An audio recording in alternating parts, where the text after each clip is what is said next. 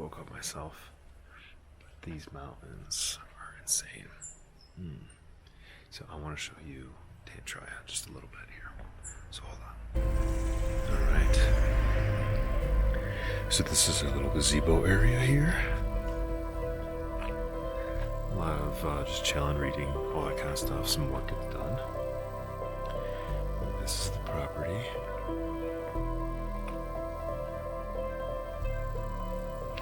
My room is right there. Upstairs is where we do ceremony and other different things. But then, look at those fucking mountains.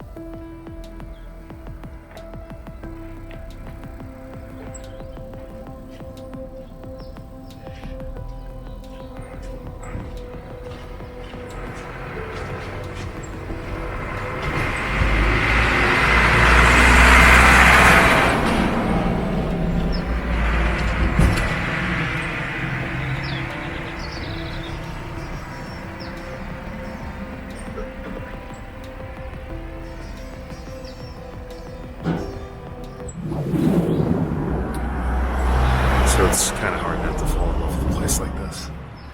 It's super beautiful here. It's cold right now. I thought for sure going into spring that we would have a little bit better weather, but it's still freezing. Not freezing, but it's cold. It's springtime here, and basically means that they just get not as much rain as in the wintertime. Starts to warm up a little bit at night. Mornings are cool though. Look at this. Clouds all up in the mountains.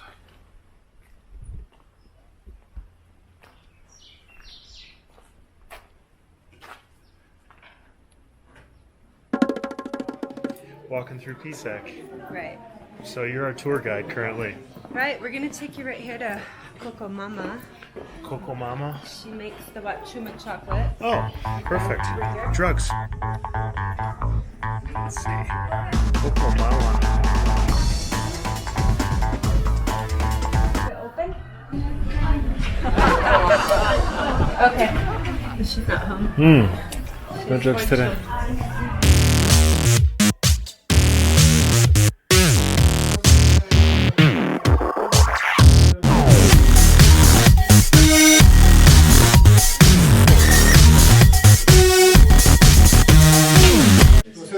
So we're in a rapé store.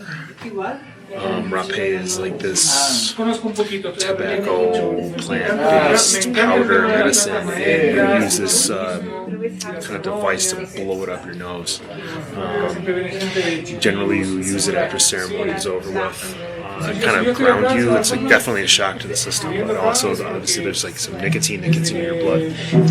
Then the smell, I mean, just the sensory perception of things starts to kind of like pull you out in the ceremony at the end of the trip and whatnot. So it's sacred down here. Everybody uses it pretty much all the time. I mean, you're walking around, people just literally stop and take breaks and sit down and just do some rapé. I mean, you're not getting really a buzz off of it. I mean, if you do enough of it, it'll kind of get it. It can be a little intense, but yeah. So there's these little shops all over the place that sell this stuff. It's pretty cool.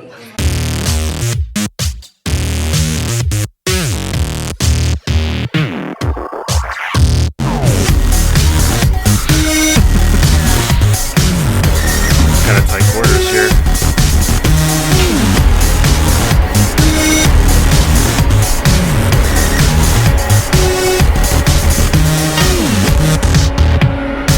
No,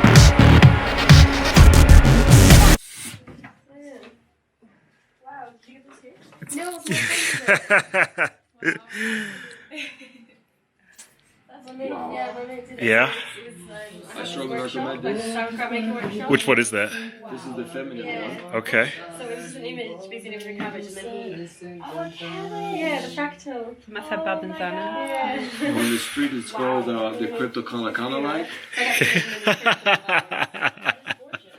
It's for a fundraiser to go to Oof. in Africa. So I did a workshop, this fundraising workshop, and sold some bags and that's awesome. Yeah, I'm gonna take the feminine. Really? Let's try that one.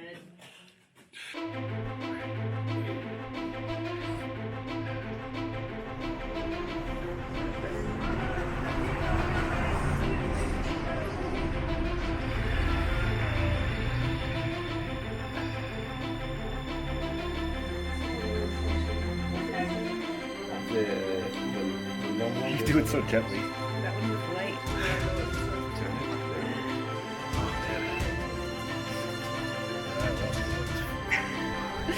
Yeah, this is nothing like the ayahuasca. Make sure you put it all. Yes, that's really ayahuasca nice. is perhaps the world's largest and most thriving psychedelic religion. It touches the lives of millions of mestizos and Indians in the basin. It is a combinatory drug, which makes it especially interesting to pharmacologists because its two principal ingredients are themselves inactive except in the presence of each other. So what we have in the case of ayahuasca is an example of a highly evolved folk pharmacology, and how a discovery like this was ever made in the first place is one of the challenging questions that anthropologists have to deal with. After all, in a square mile of Amazonian rainforest, it is not unusual to encounter 50,000 distinct species of plants. How then did these so-called primitive or pre-literate people make the connection between the combining of the bark of one with the leaves of another, boiled and put through a number of procedures to produce an intense visionary hallucinogen? This is an extremely interesting and to this day unanswered question. Based on field reports of the states of group mind induced by ayahuasca, which is also called yahe, he felt it was fitting to name it telepathy. Now, the rules of scientific nomenclature are such that the first name of a compound is always given precedent, and about 20 years after it was named telepathine, it was realized that the identical compound had been isolated around the turn of the century from the giant Syrian rue, Pergamon harmala, and named harmine. So today, the active ingredients of ayahuasca are known as harmine, harmaline, and tetrahydroharmane. But your point is well taken. What struck the early explorers and ethnographers into the Amazon basin was the fact that the people seemed to be taking this plant preparation in order to undergo states of community group-mindedness. Just in case you're wondering, all of your money down here has meat guts on it.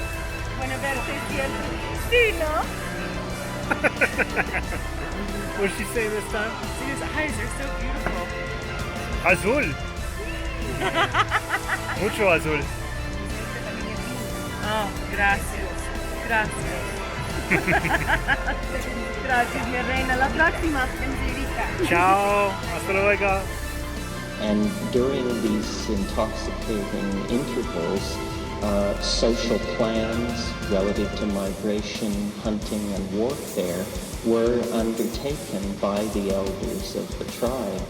And though the name has been changed to the more innocuous harmine, nevertheless, there's a continued persistence of the feeling that telepathic and group mind states are induced by this particular plant mixture.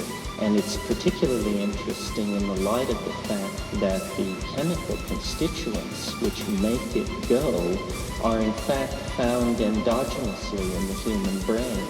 These are not exotic compounds from the point of view of ordinary human brain chemistry.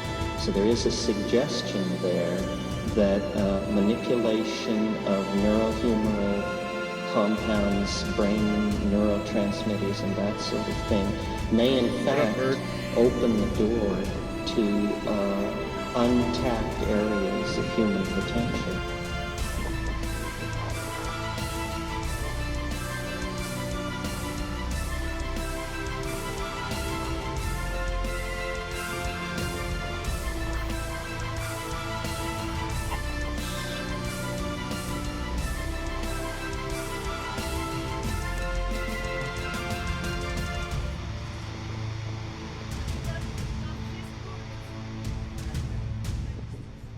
Yes, I'm coming.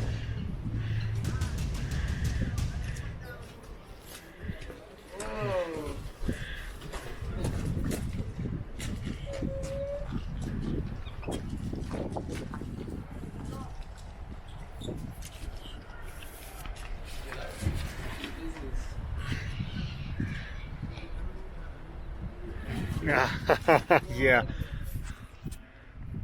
Want my space back? What up? Don't jack off on me. Grab the camera and get like pretty careful.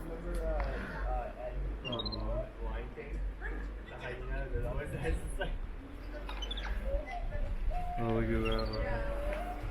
Dang, there's 4 monkeys. I know. Little tiny thing. Hey, buddy. What's up, ancestor? He's just looking for something to take out your hand. Hey, bud. He's like, no. Oh, she's like.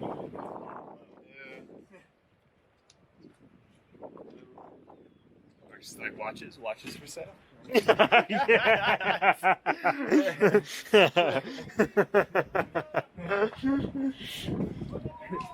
Every condor is secretly trying to Just sell you watches, fake Rolexes and shit. They're not trying to intimidate you. Yeah. They have goods for sale. It's funny. Oh my god. But walk up the stairs though. I know, you've it's seen hilarious. The buzzards in the dark crystal. Yes. They walk just like that. I'm back. Oh, hi, sweetie. Man, going to town. No teeth either. Oh, there they are. There's the teeth.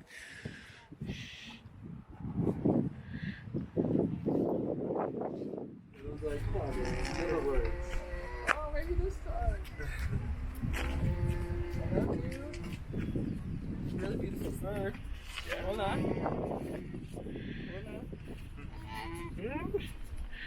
Oh, little baby. Look at the eyes in this one. Damn. Look at your eyes. Do you crazy? You're very still, dude. Very calm, cool, collected. I know. Shenanigans. You got smoke? You're very stoic. What's up, dude? She said they eat about 90% of their food is vegetables, but they say so my sense is that I don't know how long ago the last meat dish was, and I don't know. You don't want to find out. No. Is it? Look at his claws. Yeah. That's a baby bear. It's Such a relaxed stroll. It's like nice, smooth. Makes me think of Baloo from the Jungle Book. Yeah. I knew a kid that walks like that. He looked like a bear. Did he spell what? Sorry. What did you say? Nothing. No. You have to say no. It didn't spend time in jail. Yeah. He's a bear.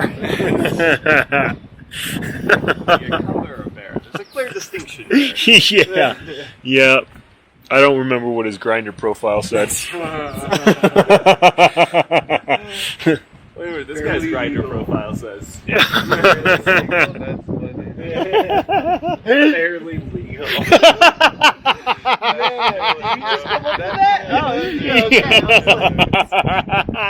Oh my god. There's been good jokes this whole That was- week, but yeah. that one is I just like rippled across the group. Oh man. That is awesome. I think he knows that it's a bridge too far to cross. Yeah. Cactus itself? Dry cactus? No. The cactus. They live in the cactus. It's a parasite of the cactus. This one? Open up. Do you see? This is the color of cochinilla. This kind of color. Wow. But what's up? Now here. When we mix with ash, we obtain this kind of color. The purple color. Okay? But now, when we mix with lemon, we obtain the orange color. It's a reaction. Okay? And this is the type of the form that Incas they work in to have more colors and for paint the ceramics too. Okay? It's only the two types that I know to do because in other parts they know to do any. Okay? Here we have the wool with the mix. That needs about 3 hours to 5 hours or 6 hours because the color needs to concentrate inside the wool and that's done the color, it don't lose the color. And it's the same process using the mineral indigo. And sometimes the girls are using the primary color and the secondary color to make more, or they have more colors, okay? And here, you can see the whole natural colors that we can create with using plants, cochinilla, and others. For example, this one is the alpaca, and this one is the baby alpaca. If you want to confirm the difference, you can do it. Alpaca and baby alpaca. Alpaca is more softer because it's the first wool of the alpaca. We call baby alpaca because now it's the baby alpaca. We call baby alpaca because it's the first shape of the first coat of the alpaca adult or juvenile. And the second coat is only alpaca. Okay? Now here, in this part, I meet you with my friend Lucia. Actually, Lucia, she weaving the telar here. The telar is a technique that they use to create clothes, blankets, scarves, ponchos, and other type of things. And the telar, sometimes she finishes in 3 weeks, 1 month, or more than 1 month. That is depend how many hours a day she working or how type of technique she using. But if you see the shape, the design, she doesn't follow a pattern, all is in the mind. Wow. She's so talented girl and this knowledge going generation by generation. She started weaving when she was 7 years old. Usually in the communities they start when they are 5, 4, 6, 7. Is there a story that she's weaving into that? Yeah. She working with baby alpaca and with the natural color. If you see the bone is of the llama and alpaca. It's necessary to separate the strings. But this bone has their story too. Like the energy and the spirit of the alpaca are being woven into that energy. Yeah, like the this. spiritual. Yeah, I used to say. Okay. Yeah. Sounds that it's more that this bone goes generation by generation. Ah, okay. Because they appreciate that. But actually my friend here, she represents the culture because there are many people that when they move to the city, they stop to doing that. And they forget or they miss that. And here, my friend, she continue with that. Okay. But it's really difficult. I don't understand how they're doing that. It's so difficult. Okay, we continue, please.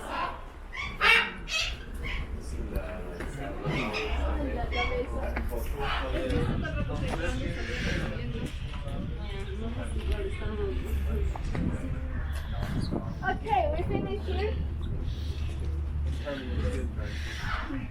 Okay, so thank you so much for your attention and for visiting Shelter of Animals. So now maybe you want to let some donation to help to support this place. This is the Karina Wison. Like a instrument, right? This is a gift when you put 5 soles or more than 5 soles. So now, maybe if you want to see more words on our friend Lucia, you can go inside that. We have the coffee of quality, the little coffee, if you want to try in the coffee store. So every type of sale here or buy here is a donation for us, okay? And the toilets is there in the brown house. Thank you so much for the attention. Thank you. And obviously we might still be a little bit afraid of pain and suffering, but it is not from death at that point. Because we've all died 1 million times before, you know, or 10 million times, or 10 billion times according to the Buddha. One master, student and master, master, what happens after death? Master says, this. Obviously. So, since we've done it so many times, the moment of death should feel very familiar. And it does it not? When you drink the medicine the very first time, does it not feel familiar? Yeah. That is why it feels familiar. Now, why don't we remember? Well, I mean, most people can't remember what they dreamt about last night, never mind what they were doing in their last lifetime of the death and dying process. You can't remember what you did last night. How are you going to remember what you did last lifetime or another lifetime? We just forget, and that may be a necessary process. You know, I think that definitely on the path of integration, on the path of coming to wholeness, we need to reintegrate that material at some point. In other words, we need to know kind of who we are and what we were doing in past lives. But it isn't necessary to have details or names and anything like that. And in my own experience, which was fairly broad in a hypnotic regression technique, I found it to be mostly, you know, just kind of false psychic material anyway. So most people are not really in touch with their past life energy, and it isn't really necessary to know it in order just to be complete now, necessarily. Just, you know, at some point you've got to have some notion of it. But you say it's not important for our career evolution? Not really. It's much more important who and what you are now and what you're doing with the energy that you have now. Identifying where it came from can be a very long and complex process. Karma is very complex. You know, it's not. It is just cause and effect in its end, but I'm afraid there's been so many causes and so many conditions that things have become almost impossible to unwind in your personal field, and you know, to know why certain things are occurring, or you know, you're never really going to know that because it's become so multifarious that you can't identify it. So, but no, we just work with the arising. If anger is arising right now, you don't necessarily worry about where it's coming from or why it's appearing right now. You simply self-liberate it in the moment through non-aversion, non-craving, having an unconditional equanimous relationship with it, allowing it to arise without any kind of other reactivity.